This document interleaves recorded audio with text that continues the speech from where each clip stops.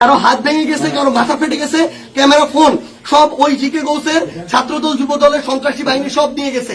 এবং আমাদের একজন ভাইয়ের চোখে রড দিয়ে যখন গুতা মারছে তার চোখ বের হয়ে আসার মতো অবস্থা, আরেকজনের মুখে রড দিয়ে বাড়ি মারছে।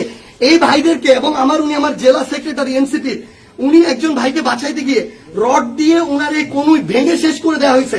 আপনারা একটু কাছে নিয়ে আসেন, আপনারা যদি দেখেন যে এখানে উনার হাতটার কি অবস্থা হয়েছে, এই জায়গায় মানে এটা ধরার মতো কোনো অবস্থা নেই। এখানে মাথায় এই যে রড দিয়ে প্রত্যেকটা জায়গায় বাড়ি মারছে।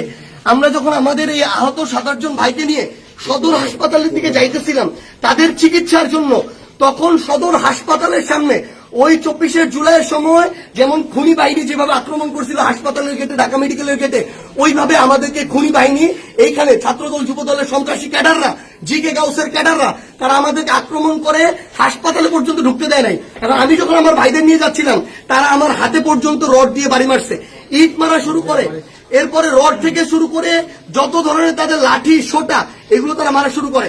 এবং ওইখানে আমাদের ছাত্র শক্তি, যুব শক্তির, এনসিপির অনেক ভাইকে তারা ওইখানে মানে ওই সবার সামনে ওখানে পিটায়। এবং আমরা এখানে পুলিশ দেখলাম, আমাদের সামনে থাকা তো দূরের কথা, আমাদের সাথে থাকা তো দূরের কথা, এত বড় হামলার পরে তারা পিছনে দাঁড়ায় দাঁড়ায় নাটক দেখতেছে। এই ছিল অবস্থা।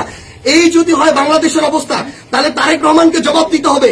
এটা কি তারেক রহমানের সন্ত্রাসী বাহিনী, যেই বাহিনী মানুষের উপরে এইভাবে শুধুমাত্র দ্বিমত করার কারণে, সমালোচনা করার কারণে এভাবে আক্রমণ করতেছে?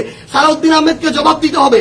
তারা কি এই জিকে গাউসদেরকে এই সন্ত্রাসী কার্যক্রমের ঠিকাদারি দিয়ে রাখছে কিনা, এর বিচার না হওয়া পর্যন্ত আমরা হবিগঞ্জে আছি।